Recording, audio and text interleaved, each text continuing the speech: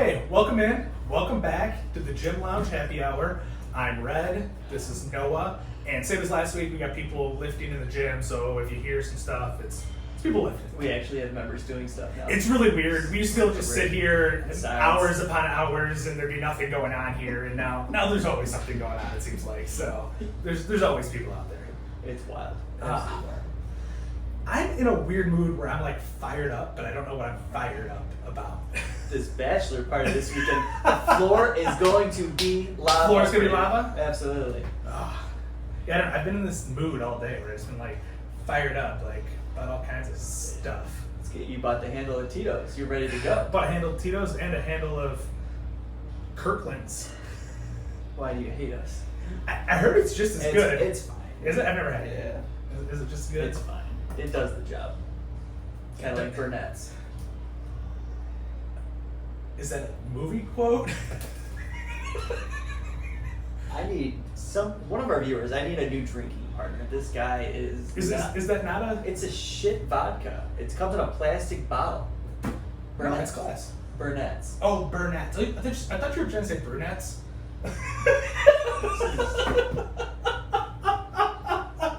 I'm like, is this some sort of movie quote? Where like blondes are better than brunettes? I wish I didn't explain that. I would have just told you to go order some brunettes at the bar. Let me get your finest brunettes. To celebrate my bachelor party. That's fantastic. Drink your caffeine. I need your brain. Need your brain fired up. I am fired up and ready. Like, this is one of the few moments of clarity I've had in the last like 4 days. It feels great. No, you don't like when you have moments of clarity? My brain stuff has been going crazy the last week. Basically, it's been brutal. I contacted Noah to get his physiotherapist, contacted him to get his chiropractor, got an MRI scheduled, just trying to get it all done. But his physio canceled on me. Yeah, she's great, but it was one of the few times where like I've been angry in my life. Red usually his ears get hot when he gets angry. That's how you know he's angry. Does not happen very often. Yeah, and this wasn't an ears hot moment, but it was slight anger because I've been having this stuff going on in my mind. I'm like, you know what? I'm gonna get a little bit of relief because I'm thinking maybe there's a chance it's muscle related and tight muscles and things like that. So I'm like, you know what? Maybe there's just a slight chance that this will provide some sort of relief. And appointment's at 1:00.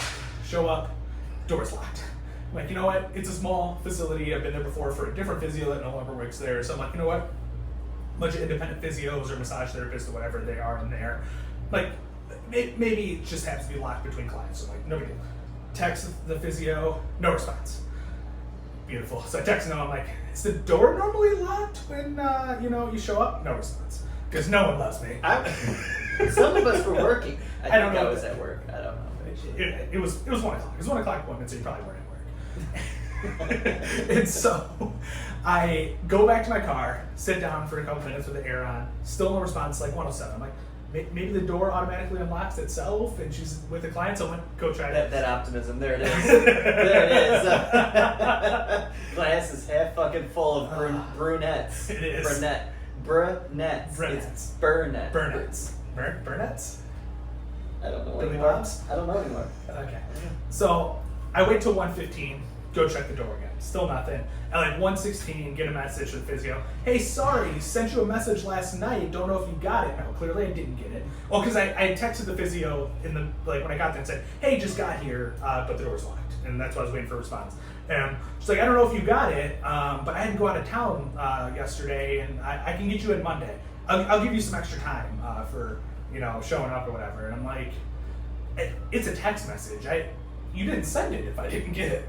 I mean, like, some weird stuff does happen from time to time, but I'm like, it doesn't feel very likely. So I'm like, whatever. So it's 1:15, and I left, obviously, because she wasn't coming in. And so got a little frustrated because it was this, like, I was looking for the relief of hopefully what I have going on is going to go away. Because it's also gone into, oh my God, that was the longest hair I've ever pulled off my lip in my life. That's disgusting.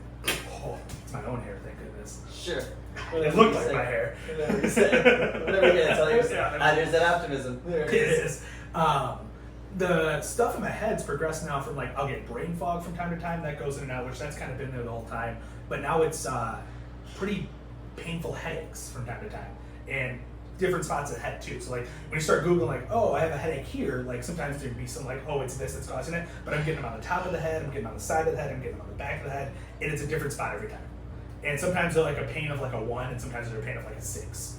Are you the type of person that gets headaches often? No, like I'm not a headache person, so this is abnormal for what I normally. Sure. So I don't know. I'm having a moment of clarity right now where like there's no head pain, there's no brain fog. Like I don't know what I did. We should max your deadlift. Let's go. I'm Superman right now. Let's put all that pressure back into your head. and I think potentially that is what I am realizing is when I get further away from my tough lifts is when it seems to be better. And then if I put a tough lift back in, then it seems to come back. So it's again where I'm circling back. I think it's just tension and things in the upper neck and back and things like that. And did you know you had muscles in your head? Like in your head, like on top of your scalp? I guess not. I just learned this. Okay. And so those are sore to the touch.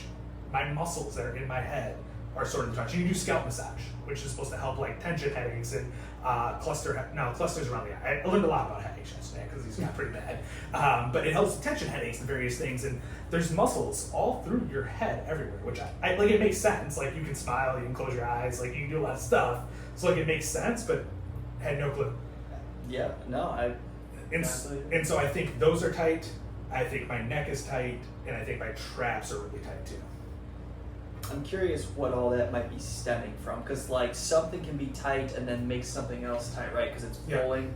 And I think it's a combination. I think it's all my right side. I don't know what started it all, but down my right side, like this side of the neck is crazy sore right in the back. That pec is really sore. That shoulder is sore. That QL is sore. And then that hamstring is incredibly tight. What are you doing? I don't know. I think it's just I've had problems that I just let linger, and like I think they just keep attaching themselves to a new problem. And also both my calves are really tight, so like that whole right side, basically from my neck all the way down to the calf, is incredibly tight and sore. What did the chiropractor say? I haven't seen a chiropractor in like 2 years. You gave me a referral to the chiropractor yesterday, and he's getting me in on Monday. Or Tuesday. I think it's Tuesday. I gotcha. Yeah, so I haven't seen the chiro yet. And that was another thing too, is like I was sitting there, I have my MRI appointment next Wednesday, and I'm sitting there and I'm like, that's a long time away for how bad I've been feeling the last few days, like the last 4 days. I'm like, that's a long time away. So I'm like, oh, maybe I'll call in and see if I can get it sooner. And I didn't get a chance to call on Monday, so I sit there yesterday, it's Tuesday, and so it's a week and a day away, and I'm like, okay, so it's supposed to be next Wednesday. Well, this Thursday I can't go because I gotta go pick up someone from the airport. And then I'm like, I'm out of town Friday, Saturday, Sunday. And then now I can call in and see if maybe they can get me in Monday or Tuesday or Wednesday of this week. I'm like, I'm not giving very many options, and I feel like an idiot calling and be like, hey, can you get me in sooner? But I have these very specific days available, so I didn't call. I'm like, I'll just wait. But my thought with the chiros, I remember right before I called them, I'm like, oh, they'll do x-rays. Yeah. And so at a minimum, we can at least see if that's, like, the x-ray might give me some indication of something going on potentially. I'm sure MRI is going to be much better if it's a brain issue, but if it's a misalignment, because that's what I found too, is some of this could be caused by a misalignment in the spine too. That can cause headaches, it can cause dizziness, it can cause a lot of things. Which, when you were at the chiro 2 years ago, my biggest issue is your neck's supposed to be a C, mine was the opposite way of a C. And so you could probably call and explain what you got going on. The chiropractor, Jamie would talk to you. Yeah, I mean, he called me back to get the appointment. So I'm going in next Tuesday. So, but they can call in and just see if there's like things I can do before. Yeah, I guess it's an option. I mean, we're kind of. Or you just keep WebMDing everything. Yeah, I also have that little and deal with your cancer that it's gonna tell you have. Well, at the end of the day, like that is my worst like fear right now with what's going, because there's so much weird shit going on in my brain that like if it's not muscle related, it's probably a tumor. Like there's not a whole lot of options. Optimism is just going. The cup is half empty. 100%. 100% empty. Where the optimism comes back in is because the headache's moving around. I'm like, it's probably not tumor-ish related. What if it's a moving tumor? That'd be fun. I'd be pissed again. I don't think that's a thing. I don't think it is either. So like, I feel like if there's like some sort of tumor, like the pain and the issues are going to be all located to a Could be similar a parasite site. that moves in your brain. It could be a parasite. I did have that thought the other day. Oh my god! I'm just trying to think of the most ridiculous shit, and you're like, yeah, it might be. I read that, and I'm like, oh god. But my other fear though is like, I go get this MRI done, I go to the physio, I go to the chiro, and nothing fixes it. There's nothing on the MRI, there's nothing on X-rays, and nothing's solving the problems. That's actually a fear too, because it's like, I still have these problems, and now we don't know what the hell is causing it. It's like I'd almost rather there be a tumor than to just like go through it. Like, so I know there's a problem that can be addressed to a certain extent. Maybe wish for an easier problem to be addressed. Benign Maybe tumor. I just need to go to the physio and get a massage. Well, that's what I was hoping today, but that's just as hard to get into. Jesus. That was the attempt today. Yeah, very, very common. You should just automatically book 2 sessions with her, because one of them's gonna. I almost went in and booked another one today because I was looking at her schedule because she's got it online. Like, you're technically not supposed to book if you're a new client online.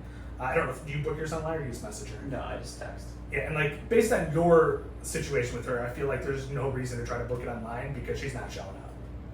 Like if there's no text message, I'm like, it's probably not the best approach. And her excuses, like, to your point, maybe they seem, but I find it hard to believe that all this possibly legitimate excuses happen to the same person.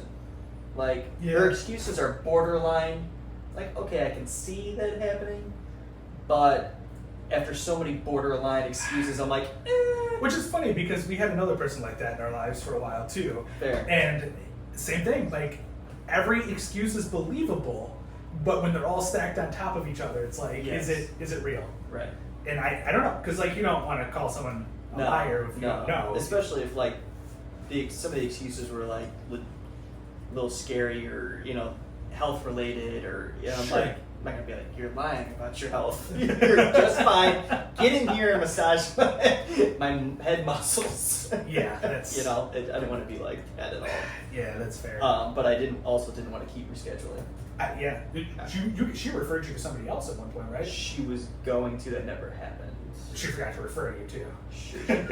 Or she just intentionally, didn't. Did you ask her to refer? I thought she like willingly was like, hey. She brought it up. I said Okay. that'd be great, and I told her to hit me back up when her schedule was more available. And it never really happened. So Yeah, that's like, and we may be short on topics today. We just we just filmed the last podcast 3 days ago, so we'll see what happens. We gotta get a podcast in before the bachelor party, so it's out there, whatnot. True. But something I just realized that I am fired up about, like one of the things, is just like in general, it's along the lines of the physio twofold. One is professionalism in like many careers, like being shit, and how shit our healthcare is too, and how hard it is to get into things. Like you've experienced it with like your endocrinologist, your ENT. Yeah. I couldn't get into an MRI for 2.5 weeks. Like I just think, and that's just I think the tip of the iceberg on like our healthcare system and things like that. Like there's just a million things that are an issue there, but like it goes back to the professionalism of just these independent care providers for various things. And I've never had an issue with a single chiropractor being a professional, but I have run into issues with personal trainers, physios, things. And when I say professional, I mean like scheduling, showing up, things like that type of professionalism, not other professionalism things. But right. Why is that such an issue in those industries? I don't know. That's a good question. And like when my doctor referred me to the first ENT, and they were supposed to call me, but naturally they didn't call. I had to call them. So to that point of professionalism. Yeah. So I called them, and then that's when I found out, hey, they're booked through January of next year. I'm like, yeah. Okay, now what? They go, oh, we can refer you to a different one. And I'm just thinking, like, the doctor probably has their go-to ENT, but if they're I don't know, should they be the ones to try to schedule that for me? And then if they're booked out super far, can we shouldn't it try be somebody else? like, so you were expecting a call, which means in theory your doctor or someone from your doctor's office had to contact them, Right. and when they contacted them, they should be like, hey, we're not going to have everything available for January. Maybe you should go to the next person down your list or something like that. Yeah. And that's probably what should have happened. Clearly, none of that happened. Right, and I don't know if that's what I should expect, but in my mind, as the customer, Sure. Well, that's along the same line. Something that I heard today. So I know the current the Biden administration was talking about putting in or trying to get more mental health care and things like that, and like fixing the healthcare system for mental health care, which then brought about things that I didn't know were issues in the mental health sphere of America. Is currently the insurance providers, with laws that were passed, I think it was 2008 or something like that, had to start providing mental health care, like as part of their insurance packages and things like that. Well, they kind of skirted the rules on that and found loopholes and ways not to really provide it, and make you have to like reconfirm over and over again that it was a referral and like things like that. And then some of them started putting in their systems, what's it called, in their networks, they would intentionally put mental health care providers that didn't have openings or were retired, and that was in their thing, and apparently that's been a big problem. But then on top of that, there's apparently a shortage of mental health professionals, and so even if they were doing things right, you still can't get into somebody. Jesus. Yeah, like it's absurd. I didn't know that was a thing. Like luckily haven't had to seek mental health expertise at all in my life. Like I've gone to a therapist, but it wasn't for any mental health issues specifically.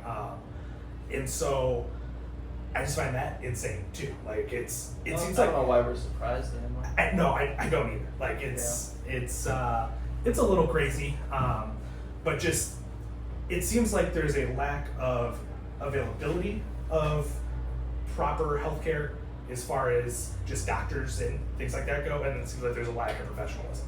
Yeah. And they seem to get away with it because there's a lack of people, so you're just kind of stuck with them. Right. And Like that sucks. it's. And I'm not saying I have a solution to the system or anything like that, but it just You're to call out the bullshit. yeah, like it is a bunch of bullshit in general. I don't know. So I guess that was something that I've been fired up about, I think, today in the last couple of days. So those are things that are going on in my life, and then things that I heard about, like just listening to the news today, that like there's not enough mental health care providers. And who knows, maybe that's not accurate either. Maybe they're just tough to find them or something like that. I don't know what's true, what's not true, but Right. Snowballing off of that, I've got a note here about dieting and mental health, or just the food Oh, sure. you eat, right?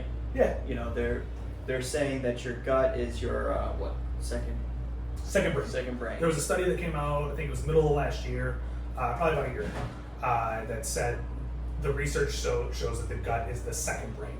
Now, here's the thing. Try to find the information on that research or something that summarizes it, near impossible. At least when it first came out. It might be easier to find now. I couldn't find info that really explained that, other than just generally it impacts your mental health, like whether it be anxiety, ADHD, depression, all those things. It impacts it somehow. That's the best I could find when I was looking into it. I don't know if you've dug more recently into it. No, I couldn't find any formal research on it. It was just articles kind of summarizing that. I don't remember exactly what they said, unfortunately. Right, But, yeah. I mean, just talking about dieting and how tough that is mentally for a lot of people. And then the video we watched from Jeff Nippard talking about diet breaks, I thought was interesting. Granted, to your point, it probably doesn't work for people who are already generally in shape, right? There was a study done with obese people where they did diet breaks, which is just 2 weeks of dieting, eating at a caloric deficit, then 2 weeks eating at maintenance calories, which for them is probably still below what they were. Sure, yeah. But I thought it was a pretty interesting concept, and they were, long story short, they were still able to lose the same amount of weight as somebody who was dieting a little more consistently, but over a longer period of time, right? So whatever, somebody who dieted for 10 weeks at a harder core diet, they dieted for 20 weeks at a little less severe diet and still made the same progress. Sure.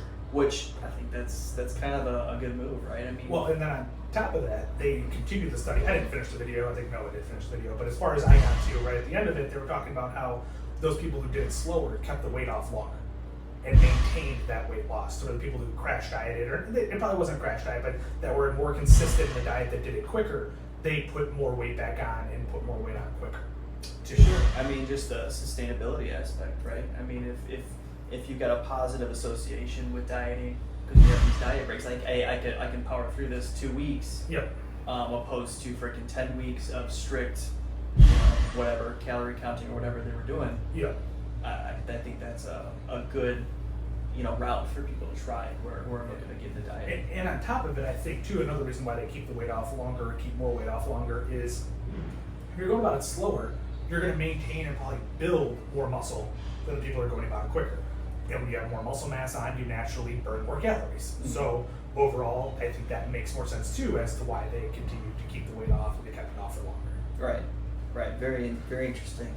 The other thing I wanted to talk about was a member's program. And this particular member, he got ADHD, so keeping interest is a task. And he's on some sort of extreme diet in terms of like it's a version of the carnivore diet. Circle back just a little bit. Yeah. How many members do you think in here that we know of have ADHD? I would bet it's 80% at least. Right. It's a lot. I mean, so when we're programming, we try to keep that in mind too. Like it's right. Not that we know exactly how to approach that or anything, but we're trying things. It's experimental. It really is. And I think if you look out there, there's not many people that are even trying to play around with that. Like you can find a couple of people that are, but most people don't even acknowledge that it's an issue in the gym. Right. People will acknowledge ADHD is an issue. And they'll acknowledge that commitment is an issue. Yes. But they won't acknowledge that ADHD is causing those commitment issues. Right. And there are ways around it. And like you can restructure things to try to address those ADHD issues. So I had him on a specific program. He wanted it short, right? So it was about an hour. It was 3 times a week, and it had a focus on weight loss, which didn't really follow the diet portion. So the weight loss didn't necessarily happen, but which we're big believers in. Weight loss is mostly going to happen with diet. You can do some things in the gym, but like diet's going to be the main driver of weight loss. And in his mind, he goes, I don't have to diet because I'm doing all this work at the gym that I didn't do prior to coming to the gym, but he's also not tracking his food, so is he overeating? Exactly. Like, because like that logically makes sense. Like, hey, I'm doing nothing. Right. Now I'm burning an additional 1,500 calories in the gym a week. He's probably a little bit less, only did it 3 times, but 1,500. That leads you to a half pound a week of weight loss, which is great progress and moves you along the way you want to move. But to your point, if he's eating more to compensate, then if you're not tracking, you don't know. Right. And I think I mentioned it last week or the week before, or last episode or the episode before. All I asked him to do was switch chicken on 2 of his meals on his off days. So that would have cut down his fat, his caloric intake, and hopefully he's not eating a shit ton of chicken on those days, which he might have still. Sure, but even if you eat a shit ton more chicken, it's still going to negate the fat that's in the beef that he's probably eating. Like, I would imagine so. I don't know what cuts of beef he's eating, but if you're eating beef without a whole lot of seasoning and things like that, which is the way he's approaching it, you want fattier cuts because that's where the flavor is. And so you're not going with the super lean cut, so it's probably something that's close to like a 2-to-1 ratio protein to fat probably within it. So you switch that out for chicken, which is more like a 5-to-1 protein to fat ratio. So if you're eating a lot of chicken, you're Sure. He would have had to do some work to compensate for that. Yeah. I was trying to make dieting super simple because he didn't want to track. I'm like, okay, just make these, in my mind, small changes. Sure. Didn't do that, but he was noticing changes in his chest and his arms, which is what he wanted. He just didn't get the weight loss, and he was happy with that. But we reached a kind of crossroads where I don't think he fully understands like his ADHD and his disinterest and his motivation, right? So he goes, I'm getting bored. It's getting tough to get into the gym, which I'm glad he said something. Sure. He did kind of try to associate that with some of the stuff going on outside of the gym, which definitely plays a factor. He was really busy at work this week and stuff like that. But so I put together a new program that just to spark interest. It's something new. These are different lifts. You haven't done most of them before. And it was kind of an interesting thing. I'm going to see how it works. There was a concern when I was talking it out with one of the other members that maybe I used too many tools at once, where like if I introduced something new 3 weeks from now, I could stretch this program out. You know what I'm saying? Yeah. So it's still 3 days and it's still pretty short, but like the first day was a lower body day where he's doing the trap bar deadlift. He's never done deadlifting. I picked the trap bar deadlift because it was safer and you can move more weight. I figured he would like to see heavier weight moving. Sure. And then the leg press, it was single leg press, which he hasn't done yet, calf raises, and then there was one other exercise that he had done. And we get to the second day and it's more kind of HIIT style. Okay. And I will admit, like, this program doesn't have a specific goal other than like movement and let's get your ass in the gym doing workouts that you can push through mentally and commit to. Sure. So in my mind, that's a win. So like, implemented some kind of strong. I want to say strongman stuff like yoke row. And so we did that today, along with some sandbag work. And I was here, and we were going through some of that. You know, it's different. Sure. Box jumps, sprints, like some little athleticism things. Just again, not just coming in and moving weights. Let's make it different. And then the third day, he still wants to work on chest, upper body, arms. So that's upper body.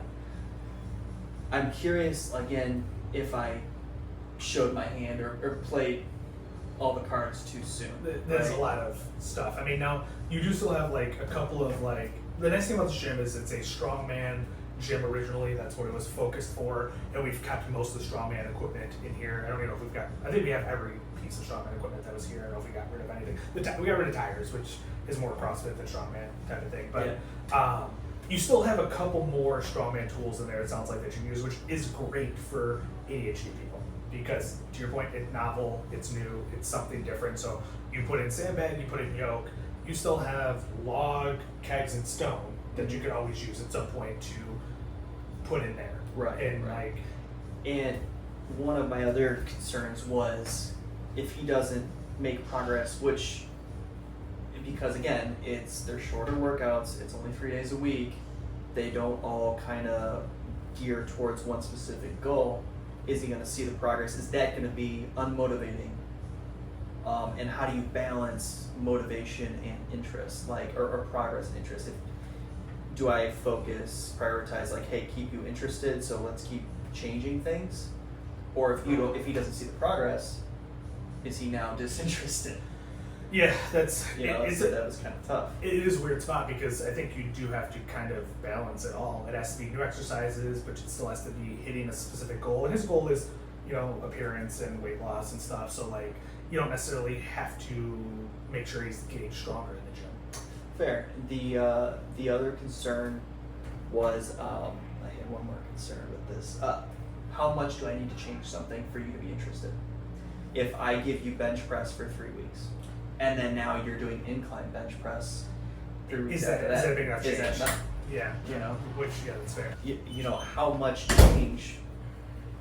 Is that enough? And I would say for me personally, as someone who doesn't have ADHD, as much as Noah wants to try to make me have ADHD. You guys all saw him poke the camera with the fucking tape measure, right? I had an insane amount of brain fog last week.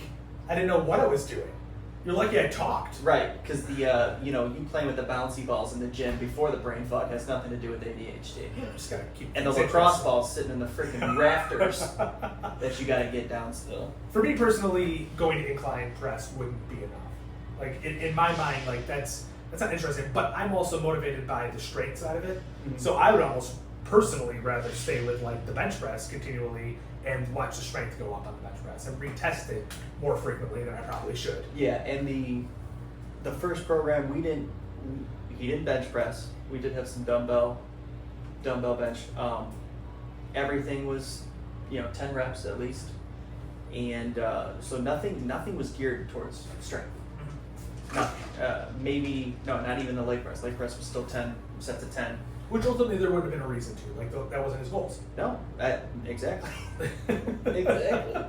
But then, right before we started this podcast, you said he mentioned to you that he was uninterested in some of the lifts. It wasn't even, I don't even think necessarily that he was uninterested in those lifts. He just didn't find those lifts fun or enjoyable. They're not the lifts he likes. Which this was the first day, which was deadlift and the leg press stuff. Yeah. Which he looked good on the trap bar deadlift. His first time trap bar deadlifting, it took maybe 2 sets for him to get ironed out, and he looked good on trap bar deadlift. So to your point, maybe start pushing the weight on that, and maybe that satisfies the itch a little bit. But I don't know. I think he really likes the show muscles, is what it seems like. Because he was talking about doing some overhead press or things like dumbbell press, and I don't know what he meant by dumbbell press, whether it was overhead or bench, but things that grow the show muscles is probably what he's more interested in. That's what's enjoyable to him. Right. Would be my guess. I really don't know.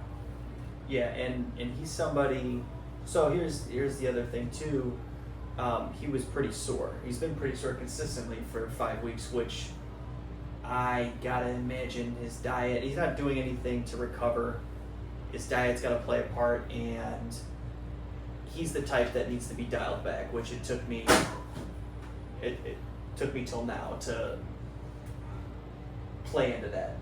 So every day he came in, regardless of how heavy I wanted him to go or how hard I wanted him to push himself, he'd go too heavy. When and how do you dial a client back like that? Because now I'm thinking about it, I was about to say we don't really have too many people like that. We have one other client that's like that. But I was thinking about it. That was us when we started. That was me. I don't know what you. When I started here with you, when we were lifting, we had RPEs assigned, and we never hit the RPEs. We just tried to do 5 pounds more than the other guy that was lifting because we were doing the same lifts together. And that's a pushing too hard too soon situation. And I don't think our trainer found a way to dial that back. The only reason I dialed it back is I realized after I got through the first time through, it might have even been the second contest where I was like, you know what, I am getting fatigued. It's probably because I'm pushing my RPEs too far. Yeah. And that's the only reason I dialed it back. And no, he still hasn't dialed it back. He still finds failure when he's trying to hit an RPE 2. Whoa. Shots are being fired, and I don't appreciate it. Yeah, so I don't know. It's an interesting training opportunity, right? Because there's going to be other clients, I assume, like him. I wish he would communicate a lot of this stuff to me directly. Yeah. You know what? I guess the dialing it back, the approach is probably what our trainer did for me to dial it up. And that's, he took away my RPEs and then gave me just specific weights. So that's what I'm trying now. And then I have Red over here telling him to do more weight while I'm not here. I didn't even tell him to do more weight. He's like, hey, I got this. What do you think I should do for it? And it was going from 2 legs to single leg. I'm like, well, what do you do for 2 legs? And he gave me a weight. And then I gave him a weight to try. And he just went and did it. And it looked hard. In the app, in the instructions, it tells him what weight. I prescribed weight for at least half the exercises. That's the thing too, is we're not here with these guys and girls. And so it's tough to say what weight to prescribe to. Even if you are trying to dial someone back, it's, did they how do we know if they push too hard if they're not here too? Right. Right. No, I was intentionally going at least what I thought was relatively light for everything. Sure. You said the trap bar deadlift looked good. It moved well. Good. Okay. So that was meant to be relatively light. So that's good.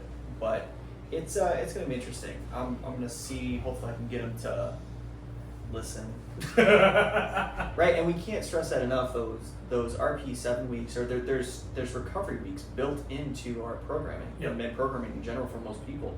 So it's super important to follow those. Almost all of our programs ramp up. They're 3-week waves. Week 1 is in theory a recovery week. It's a low RPE. It's low volume. Week 2, volume goes up. The RPEs go from 7 to 8, and then week 3. Again, volume goes up even higher, and the RPEs go from 8 to 9. So you're high volume, high effort, high intensity, and then we come back through, right back to our PE center. And that week is very important. Yeah. And it seems like a lot of people overlook that week and want to push it harder than they should. And they'll realize once they get into a few waves into it and they start fatiguing really high, like, oh, hey, why is my fatigue so high? It's, well, you're screwing up your recovery week. Right. And so we're 5 weeks into his programming, and he goes, I'm so sore that I was upset that I bought tickets at the movie theater at the top row. He told me that. Because I didn't want to go up the stairs and pull myself up by the railing. And I don't know. I think his diet's playing a big role, and then it just him constantly pushing himself, which is interesting too, because he's supposed to have that's so yellow, beautiful. Yeah, you're welcome. Matches your skin tone. But that's the other thing too, is trying to identify the amount of soreness a client is feeling. Is it normal or is it abnormal too? Right.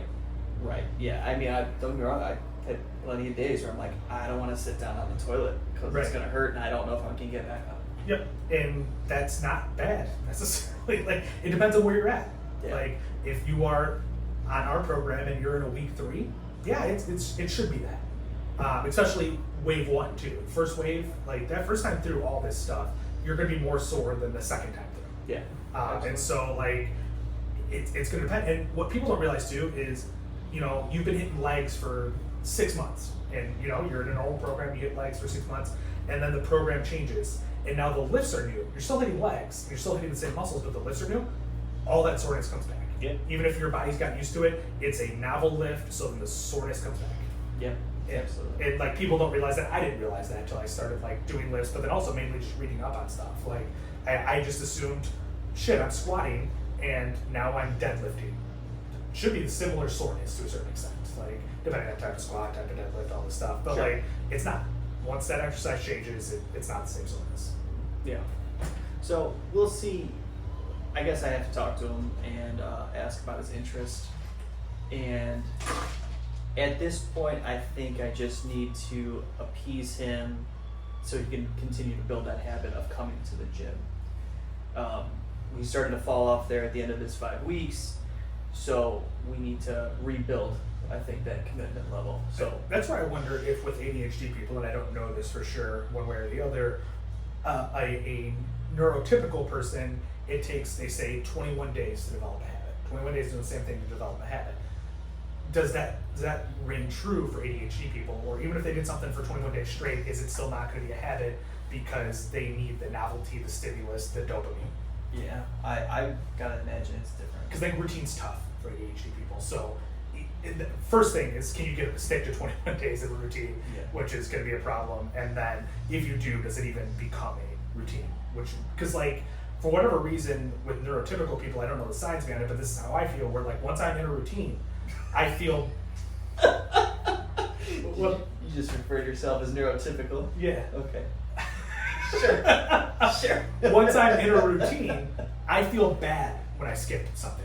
Like, it like, that brings the mood down in my like overall mood and everything. Is like, no, it's I need to be there. Like, it is a whether it's the gym or anything, it's I've been doing this is what I'm supposed to be doing, this is helping me reach my goals or whatever it is, and if I don't do it, then I feel bad about it. To where like, previously, before it's a routine, if I don't do it, I feel good about it because it's something, hard work that I didn't have to do. Sure. And it feels great. But now it's, if I skip a day, it's like, oh, well, fuck, now I'm behind. Do you remember how long that took?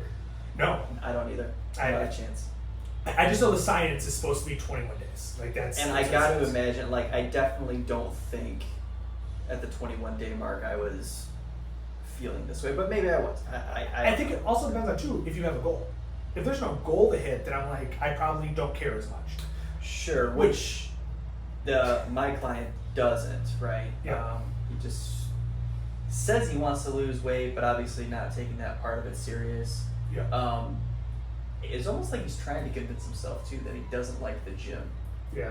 And just the way he comes in, he's like, I don't really like the gym, but I know it's good for me. I'm like, well, and typically, I told him, like, you should probably work out with somebody. One of his best friends works out here. I'm like, work out with him. Right. And he goes, well, I don't want to be here as long as him. I'm like, you won't. Do your program. as you guys are just come at the same time. just come at the same time, and then leave. Working out together makes life so much easier too, because the loading and unloading weights. Yeah, Like that's brutal by yourself. absolutely. And I think it's one of those things too, where like, it's not just having a goal too. It's the whole old adage of a SMART goal, and I forget exactly what that all stands for, but it's specific, measurable. I think the A is attainable. I forget what the R is, and the T is a time. So it's like it's when you set goals. If you don't set SMART goals, like it's an acronym. Is that what that is? Yep. Acronym. Nailed it. Brain's functioning on all I'm going to cylinders. do this. God damn. I don't know what the R is, but it is functioning on all cylinders. If you don't set SMART goals, then they're not really like goals that you can track. Like you want them to be specific, so it's not, hey, I want to lose some weight. It's I want to lose 20 pounds. Yep. And it's measurable. 20 pounds is measurable. It's not just, hey, I want to look good in the mirror. It's not really measurable. Like it's a good goal for some people, and I get it, but like if it's not measurable, it's gonna be tough to know, are you making progress towards that goal? Like you can say you're looking better, but like it's tough, and you gotta, if it's look good in the mirror, then you better be taking how pictures. much better are you looking? Especially Yes. with body dysmorphia, which like Exactly. I don't know. And I think, so I think tough. right, and then I think the A is attainable. Like so, you don't want to. I want to lose 50 pounds in 2 weeks. Like it's attainable. The R is whatever the R is, and then the T is time. There needs to be a time on it, because it's not, hey, I want to lose 20 pounds. It's I want to lose 20 pounds in 2 months. Yeah. Because if you don't put a time on it, then it's just this floating goal. I'll get to that 20 pounds at some point. Absolutely. And you just keep pushing it off. And so like it's not just having a goal, it's having a goal that is a SMART goal. We need to figure out what the R is. Just make it up. I thought you were the king of bullshit. I am. I keep wanting to say reachable, but attainable and reachable are the same thing. Yeah, that's like the word. Maybe it's actionable and reachable. Perfect. Perfect. We'll roll with it. Beautiful. Yeah, so you done with that client? Like, you got more things you want to talk about? No, that's just kind of where I'm at with him, and we'll see. I'll see what I can do. Because while we were talking, I figured out something else I've been fired up about. Been really thinking on it. And before we started the podcast, said I'm not going to get too deep, but we might get a little deep on this one. Oh god. Something I've just been fired up about lately, just think about is just like in general, like homelessness and things like that. People. How did I know you were gonna take it to some like? Is this related to the gym at all? It will be. Okay. I while we were sitting here, I thought about it. I haven't run any of this by you yet, so we're just gonna roll with it. He's stuck with it, whatever I say right now.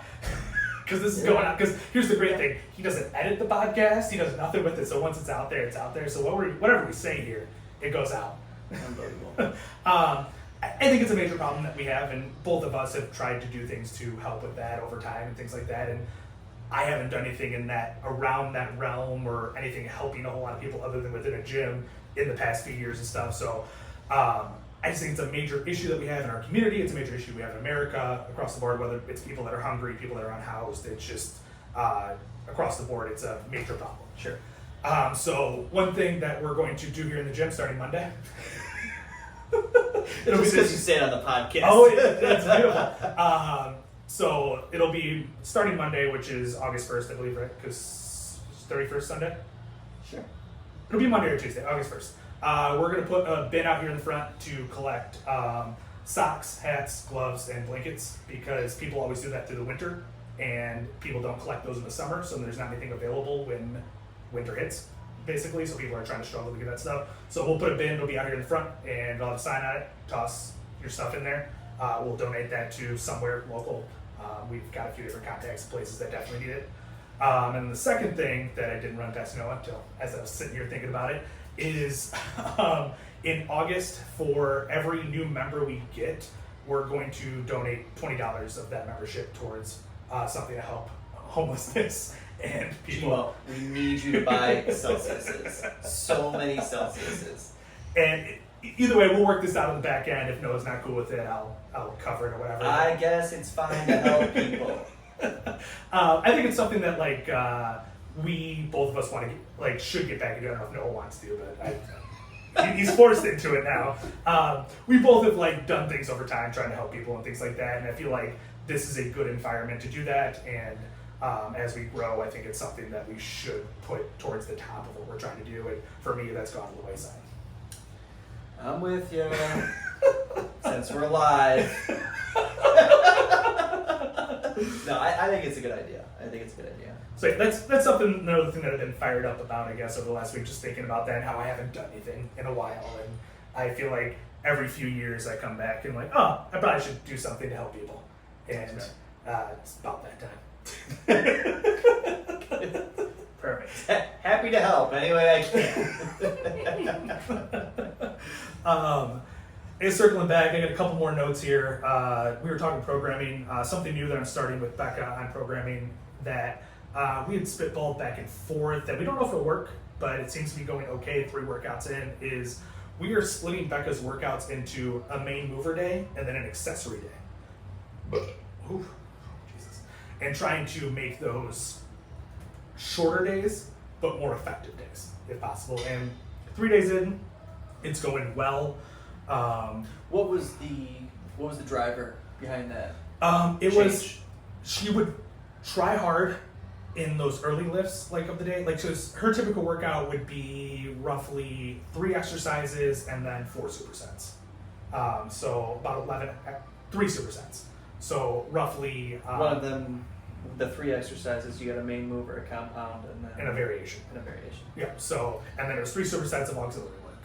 Or accessories, whatever you want to call them. I don't know if there's a difference. So we made that change because she would focus really hard in the beginning, and then mental fatigue sets in, physical fatigue sets in, and those the exercises as you get later just don't get as much effort put into them.